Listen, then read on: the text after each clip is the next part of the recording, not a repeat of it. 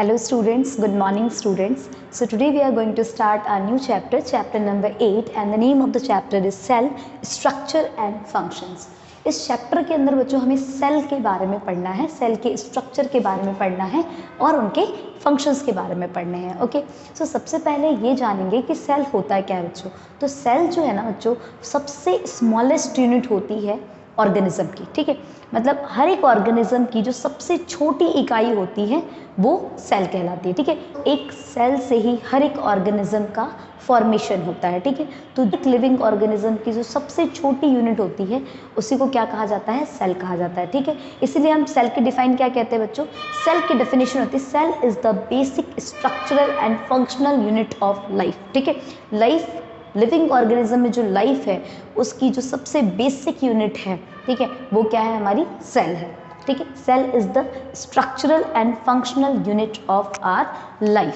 समझ में आ गई चीज़, सेल क्या होता है। अब देखिए सेल की डिस्कवरी कैसे हुई, ठीक है। सेल को किसने डिस्कवर किया, तो सबसे पहले हम डिस्कवरी ऑफ सेल के बारे में डिस्कस करते हैं। ओके, सो देखिए सेल को सबसे पहले डिस्कवर करने वाले जो साइंटिस्ट थे वो थे रॉबर्ट हुक, ठीक है। रॉबर्ट हुक नाम के साइंटिस्ट ने क्या किया था, सबसे पहला सेल डिस्कवर किया था। उन्होंने सेल कहाँ देखा था, तो उन्होंने सबसे पहला सेल जो था वो देखा था स्लाइस ऑफ कॉर्क के अंदर, ठीक है। कॉर्क का एक स्लाइस, कॉर्क का एक टुकड़ा, उसके अंदर उन्होंने सेल को देखा। इन्होंने सेल किस में देखा, तो इन्होंने सेल अपने खुद से सेल्फ डिजाइंड माइक्रोस्कोप में देखा था, जिस माइक्रोस्कोप को हम क्रूड माइक्रोस्कोप कहते हैं, ठीक है। रॉबर्ट हुक ने खुद का एक माइक्रोस्कोप बनाया था, ठीक है, और उसी माइक्रोस्कोप में कॉर्क के अंदर इन्होंने सबसे पहला सेल देखा। कॉर्क क्या होता है बच्चों, तो cork is the part of the bark of a tree, ठीक है।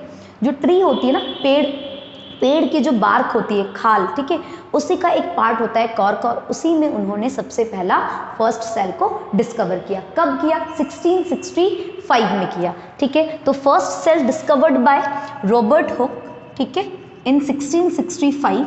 इन्होंने सबसे पहला सेल ऑब्जर्व कहाँ किया, सो स्लाइस ऑफ बार्क के अंदर किया, ठीक है, स्लाइस ऑफ बार्क में किया। और इसको किस में देखा, तो इन्होंने सेल्फ डिजाइंड माइक्रोस्कोप में देखा, जिसको हम क्रूड माइक्रोस्कोप कहते हैं, ठीक है। अब बच्चों इन्होंने जो सेल डिस्कवर किया था वो एक्चुअल में ऐसा सेल था जो डेड था, ठीक है। अब इन्होंने डेड सेल को देखा था, ठीक है। अब डेड सेल के इन्होंने जब सेल को देखा क्रूड माइक्रोस्कोप में, तो इन्हें वो जो सेल है वो कैसा नजर आया, इन्हें वो सेल बिल्कुल हनी कॉम्ब जैसा नजर आया, ठीक है। जब इन्होंने कॉर्क को डाला माइक्रोस्कोप के अंदर और फिर जब इन्होंने देखा तो उन्हें कैसा नजर आ रहा था, उन्हें सिर्फ इस तरीके का स्ट्रक्चर नजर आ रहा था, ठीक है, इस तरीके का स्ट्रक्चर नजर आ रहा था। और ये स्ट्रक्चर बिल्कुल रिजेंबल कर रहा था किसके जैसे, हनी कॉम्ब के जैसे, मधुमक्खी के जो छत्ते होते हैं ना, ठीक है, उसके जैसा ही बिल्कुल रिजेंबल करता हुआ नजर आ रहा था, ठीक है। सो इन्होंने जो सबसे पहला जो सेल डिस्कवर किया था वो एक्चुअल में डेड सेल को डिस्कवर किया था, ठीक है। डेड सेल था, इसी की वजह से सेल के अंदर के जितने भी कंटेंट होते हैं वो सारे कंटेंट क्या हो चुके थे, लॉस्ट हो चुके थे, ठीक है, खत्म हो चुके थे। बचा हुआ क्या था, केवल सेल वॉल, और वही सेल वॉल इन्होंने अपने माइक्रोस्कोप में देखा था। तो रॉबर्ट हुक ने dead cell wall of a plant cell की डिस्कवरी की, प्लांट सेल की सेल वॉल को डिस्कवर की बेसिकली, ठीक है। तो सबसे पहला सेल तो रॉबर्ट हुक ने देखा। अब बच्चों जो रॉबर्ट हुक ने देखा वो तो डेड सेल्स थे, ठीक है। रॉबर्ट हुक थे, उन्होंने जो टर्म था सेल वो कॉइंड किया था, ठीक है।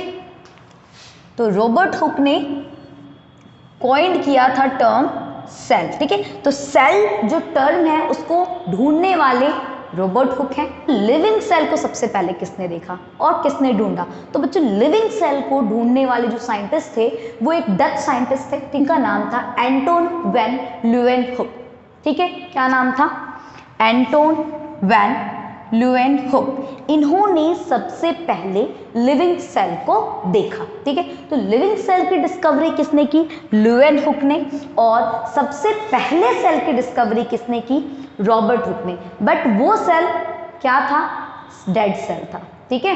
मतलब रॉबर्ट हुक ने सेल की डिस्कवरी तो की बट उन्होंने सिर्फ और सिर्फ सेल वॉल को देखा, ठीक है, उनका जो सेल था वो डेड सेल था, ठीक है। तो लिविंग सेल की डिस्कवरी किसने की? ल्यूएनहुक ने की। कब की? 1683 में की, ठीक है। और इन्होंने इस लिविंग सेल का जो नेम रखा वो क्या रखा बच्चों?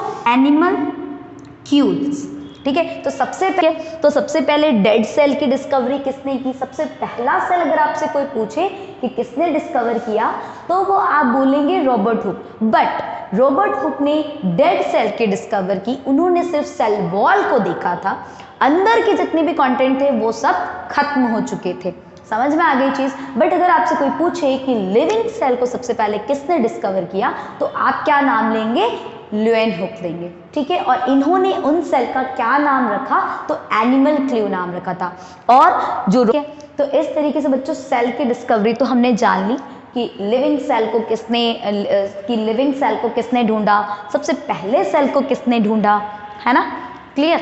अब देखिए उसके बाद अब हम जानेंगे, ये जो मैंने डायग्राम बना रखा है बच्चों, ये एक प्लांट सेल का डायग्राम है, ठीक है। और जब रॉबर्ट हुक ने जो सेल की डिस्कवरी की थी उसके अंदर प्लांट सेल में मैंने अंदर यहाँ पे बहुत सारे कंटेंट बना रखे हैं ना, ठीक है, बहुत सारी चीज़ें यहाँ पे बना रखी है मैंने। तो बच्चों जब रॉबर्ट हुक ने डिस्कवरी की तो ये सारी चीज़ें उन्हें नहीं दिखी क्योंकि वो सेल डेड सेल था, ठीक है। तो उनको केवल क्या दिखी? उनको सिर्फ और सिर्फ ये सेल वॉल, ये वाला जो पार्ट है ना, उन्होंने सिर्फ ये देखा। और जब उन्होंने ये देखा तो उनको किस तरीके का दिखा? वो बिल्कुल हनीकॉम्ब जैसा दिखा। समझ में आ गई चीज़?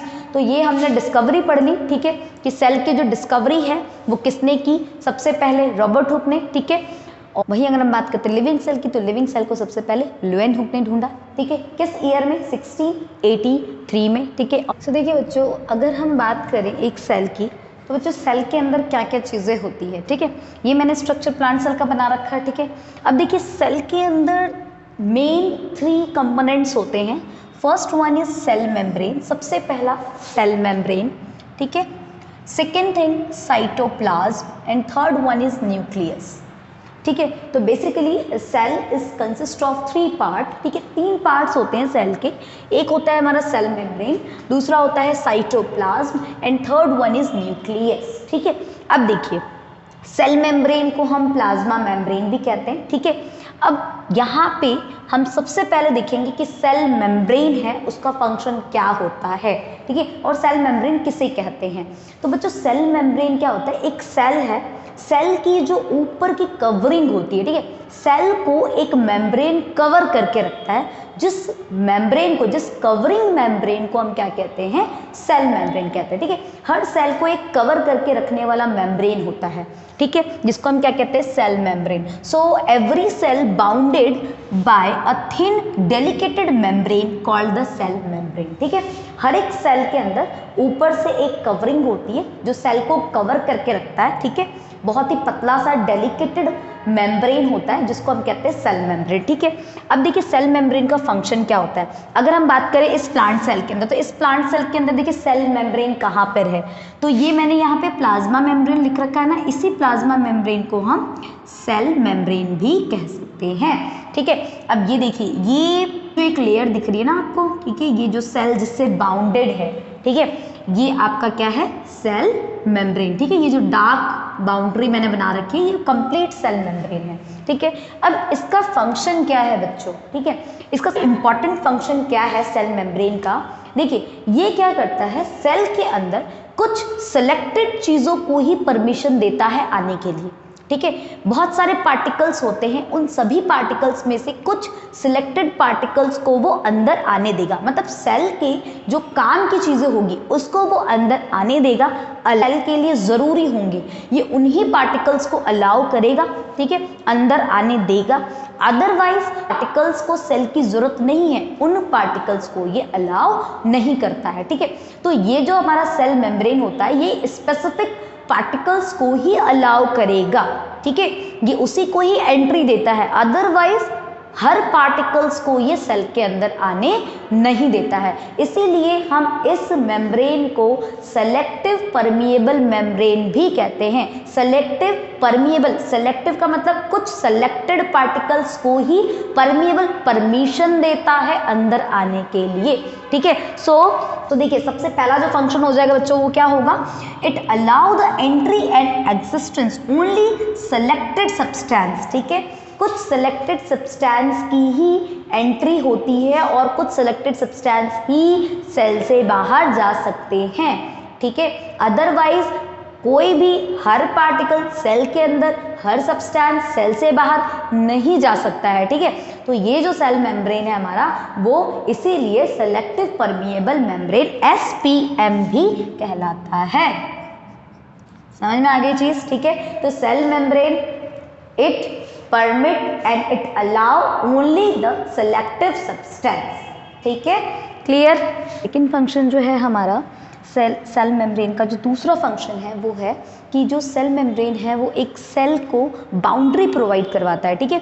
सेल मेम्ब्रेन जो है वो सेल को बाउंड्री प्रोवाइड करवाता है जिसकी वजह से एक सेल दूसरे सेल से सेपरेट हो पाता है, ठीक है। तो it provides an outer boundary to the cell and separate cells from one another, clear, समझ में आ गई चीज। एंड सेल मेम्ब्रेन सेल को क्या करता है, प्रोटेक्शन भी प्रोवाइड करता है, ठीक है। It protects from the injuries also, clear. तो हमने सेल मेम्ब्रेन के फंक्शंस तो समझ लिए। अब बच्चों देखिए इस डायग्राम के अंदर हमें सेल मेम्ब्रेन के अलावा एक और बाउंड्री दिख रही है हमें, ठीक है। और वो क्या दिख रही है बच्चों, देखिए प्लांट सेल है ना, प्लांट सेल के अंदर क्या होता है, सेल मेम्ब्रेन तो बाउंड्री प्रोवाइड करवाता है, ठीक है, बट सेल मेम्ब्रेन के बाहर भी एक और आउटर कवरिंग होती है जिसको हम कहते हैं सेल वॉल। क्या कहते हैं, सेल वॉल। ये दिख रहा है आपको ये वाला पार्ट, ये कंप्लीट पार्ट हमारा सेल वॉल है, ठीक है। तो बच्चों सेल वॉल क्या काम करता है, तो सेल वॉल जो है वो प्लांट सेल में पाया जाता है, ठीक है। और सेल मेम्ब्रेन के बाहर की कवरिंग होती है। सेल मेम्ब्रेन जो है वो चारों तरफ से सेल वॉल से सराउंडेड होता है, ठीक है। और ये जो सेल वॉल है ये भी प्रोटेक्शन प्रोवाइड करवाता है, ठीक है। ये प्रोटेक्ट करता है एटमॉस्फेरिक मॉइस्चर से प्रोटेक्ट करता है, ठीक है। विंड की स्पीड से प्रोटेक्ट करता है, विंड की स्पीड जो होती है उससे ये सेल को प्रोटेक्ट करके रखता है। तो cell wall of the plant cell protect the cell against the temperature variations, wind speed, okay, and atmospheric moisture, इन सब से भी हमें सेल वॉल जो है प्रोटेक्ट करके रखता है, ठीक है, क्लियर। ये चीज तो समझ में आ गई बच्चों। अब जो सेकंड थिंग है वो क्या है, साइटोप्लाज्म। साइटोप्लाज्म कहाँ प्रेजेंट होता है बच्चों, तो साइटोप्लाज्म में हमारे ये जो सेल मेम्ब्रेन है, इस सेल मेम्ब्रेन के अंदर एक जेली लाइक फ्लूइड प्रेजेंट होता है बच्चों, ठीक है। ये जो ग्रीन डॉट से मैंने चारों तरफ से इंडिकेट कर रखा है, ठीक है, ग्रीन ग्रीन ग्रीन डॉट से, ये कंप्लीट मेरा क्या है सेल, ये कंप्लीट मेरा क्या है साइटोप्लाज्म, ठीक है। तो सेल मेम्ब्रेन के अंदर जेली लाइक फ्लूइड प्रेजेंट होती है, ठीक है। Cytoplasm is a jelly like fluid present inside the cell membrane, ठीक है। अब इसका क्या फंक्शन होता है बच्चों, तो सेल, ये जो हमारा साइटोप्लाज्म है, ठीक है, जो सेल मेम्ब्रेन के अंदर पूरा का पूरा जेली लाइक फ्लूइड प्रेजेंट होता है, इस फ्लूइड के कारण ही, मतलब इसी ये जो फ्लूइड है, ये फ्लूइड क्या काम करता है बच्चों, तो ये फ्लूइड क्या करता है, केमिकल रिएक्शन के लिए सीट प्रोवाइड करता है, ठीक है। तो जो भी केमिकल रिएक्शंस होती हैं वो केमिकल रिएक्शंस इस साइटोप्लाज्म में होती है, ठीक है। तो साइटोप्लाज्म एक सीट प्रोवाइड करता है केमिकल रिएक्शन के लिए। समझ में आ गई चीज। तो जो भी chemical reaction inside the cell occur होती है वो सारी की सारी केमिकल रिएक्शंस कहाँ होती है, साइटोप्लाज्म में, क्लियर। उसके ये जो साइटोप्लाज्म है बच्चों, अब इस साइटोप्लाज्म के अंदर क्या होते हैं, साइटोप्लाज्मिक बॉडी प्रेजेंट है, ठीक है। बहुत सारी साइटोप्लाज्मिक बॉडी आपको यहाँ पे दिख रही होगी, ठीक है। ये क्लोरोप्लास्ट, ठीक है, ये इस जेली लाइक फ्लूइड के अंदर ही प्रेजेंट है, ठीक है। ये रफ एंडोप्लाज्मिक रेटिकुलम, ठीक है, ये माइटोकॉन्ड्रिया, गोल्जी एपरेटस। तो ये जितने भी मैंने यहाँ पे नेम लिख रखे हैं, जो हमारे जो जेली लाइक फ्लूइड है साइटोप्लाज्म, उसके अंदर जो प्रेजेंट है, ठीक है, साइटोप्लाज्मिक बॉडी, इस साइटोप्लाज्मिक बॉडी को हम सेल ऑर्गेनल्स बोलते हैं। क्या बोलते हैं, सेल ऑर्गेनल्स, ठीक है। तो सेल ऑर्गेनल्स कहाँ प्रेजेंट होते हैं बच्चों, साइटोप्लाज्म के अंदर प्रेजेंट होते हैं। और इसी साइटोप्लाज्म में जितने भी केमिकल रिएक्शंस होने होते हैं वो सभी इसी साइटोप्लाज्म में होते हैं। ठीक है, तो साइटोप्लाज्म समझ में आया। साइटोप्लाज्म कहाँ प्रेजेंट होता है? सेल मेम्ब्रेन के अंदर एक जेली लाइक फ्लूइड प्रेजेंट होता है, उसको हम साइटोप्लाज्म कहते हैं। फंक्शन क्या होता है? तो केमिकल रिएक्शंस को करने के लिए जो सीड्स प्रोवाइड करवाता है वो हमारा साइटोप्लाज्म करवाता है। ठीक है, उसके बाद साइटोप्लाज्म के अंदर बहुत सारी बॉडीज होती हैं जिनको हम साइटोप्लाज्मिक बॉडी कहते हैं, और उन्हीं साइटोप्लाज्मिक बॉडी को हम सेल ऑर्गेनल्स कहते हैं। समझ में आ गई चीज? तो ये हमारे जितने भी माइटोकॉन्ड्रिया, गोल्जी बॉडी, ठीक है, एंडोप्लाज्मिक रेटिकुलम, ये सब क्या है बच्चों? ये सब सेल ऑर्गेनल्स हैं। समझ में आ गई चीज? अब हम नेक्स्ट क्लास में पढ़ेंगे कि ये सभी सेल ऑर्गेनल्स के फंक्शंस पढ़ेंगे हम, और न्यूक्लियस के बारे में पढ़ेंगे। ओके।